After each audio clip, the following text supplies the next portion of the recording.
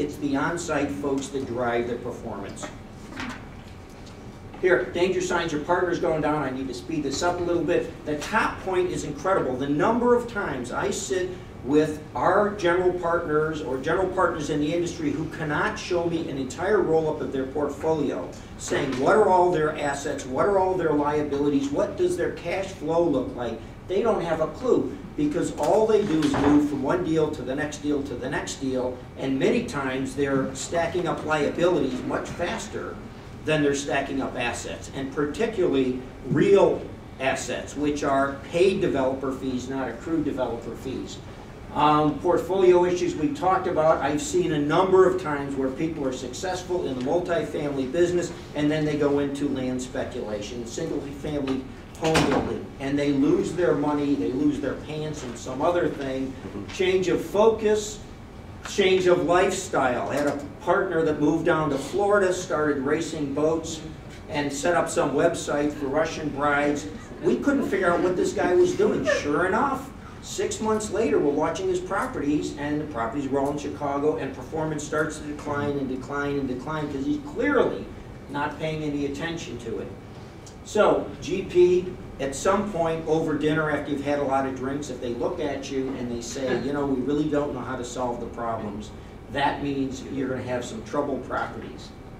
Okay, so how to fix it? Folks, this is where I think new underwriting is going to come in. New market study and rent study. I don't care what you did in the past. As a matter of fact, I make a lot of people mad because a lot of times I will not look at history when I go onto a property. I don't want to look at somebody else's asset management reports. I don't want to look at somebody else's market study. What I want to do, because clearly that's what part of what got us there in the first place, and maybe things have changed, but what I want to do is step on that property with a completely clean slate and rebuild the whole thing. What are the amenities? I see this all the time where a manager will say, gee, tenants love new appliances. You know, I love new appliances, but if you can't draw a clear line between giving everybody new appliances and higher rents, then maybe you shouldn't be doing it. No, by the way, the question is, what does everybody else have in the market? If everybody else has appliances that are 7 years old, you don't need new appliances to compete, and it's expensive. So capital needs study again. What is needed in that market? Your property does not operate as a standalone entity. It operates within a market, and people shop within that market. And so you need to figure out what sells in that market. Reviewing expenses, I've got to tell you something. I hate it when people hand me some expense numbers and say, well, look at these, what do you think? Compared to what?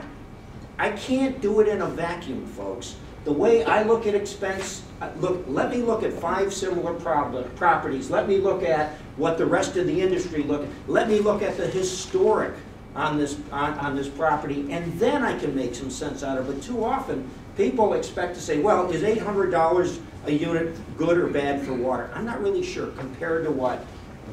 And I've got to tell you, there are times when you start comparing, and I think I was in Atlanta about 1.5 years ago, and there's a giant sinkhole in the tennis court that they're proceeding to fill, and they say, I just don't understand it. We filled this and refilled this, and it just keeps going away.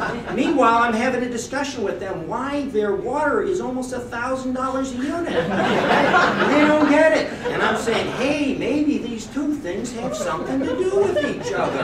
And now, mind you, these were properties we foreclosed on because the general part, actually, it was a borrower. The borrower couldn't make them work, and it was literally as simple as this. Fixing a bunch of those things, putting in more capital, making them work. Again, I'm not just for decreasing expenses. Certain things must be increased, and one particularly for workouts and affordable housing is security and security. So again, I think you need to look at this stuff with a very disciplined approach. And the question I like to get to, if you're looking at workout stuff, you're looking at problem properties, how big is the hole? And we as an industry are a bunch of pansies. It's incredible the number of people who don't have the guts to sit down and say, I got a $5 million problem.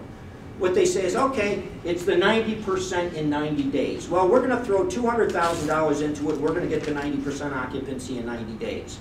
And after that, we throw another $200,000 in, and we're going to get to, and they never get to 90%. And they keep funding deficits and funding deficits. And all of a sudden, they funded $4 million into a property that if they would have looked at it from the outset, before they put in the $4 million, they could have actually fixed the problems. Funding deficits will not fix problems. And you can read the rest of this stuff, because you can read faster than I can probably. Finally, presenting the problem, and I feel so strongly about this, and I even see it in my own shop sometimes, where somebody will present a workout to me and there's no sources and uses. There's no 15-year projection. I'm saying, no, no. Take it back. What I want is, I want every one of these items, I want somebody to do a full thought process, because you are making a reinvestment decision. You've already invested money once badly. Now, are you going to reinvest badly? No. What you really want to do is make a reinvestment decision that says, look, I am going to put in $2 million, and for that, I expect to get the following results. If not, give me the $2 million. I'll spend it. Okay, lesson summary. You can read this again. Risks are not significantly greater in one category or type of property. I just haven't seen those commonalities yet. Deals are engineered to break even, i.e. we have to watch this stuff closely, incredibly closely. Operations are critical. Strong sponsorship is really, really important. Developer and syndicator are critical to success. And by the way, finally, I have worked with Doug a long time. If you can't do this, hire somebody like Doug that can. Hire somebody who's got a disciplined approach and a disciplined background to help you think through this stuff and do the analysis. And that's enough of my shouting. Thanks, folks.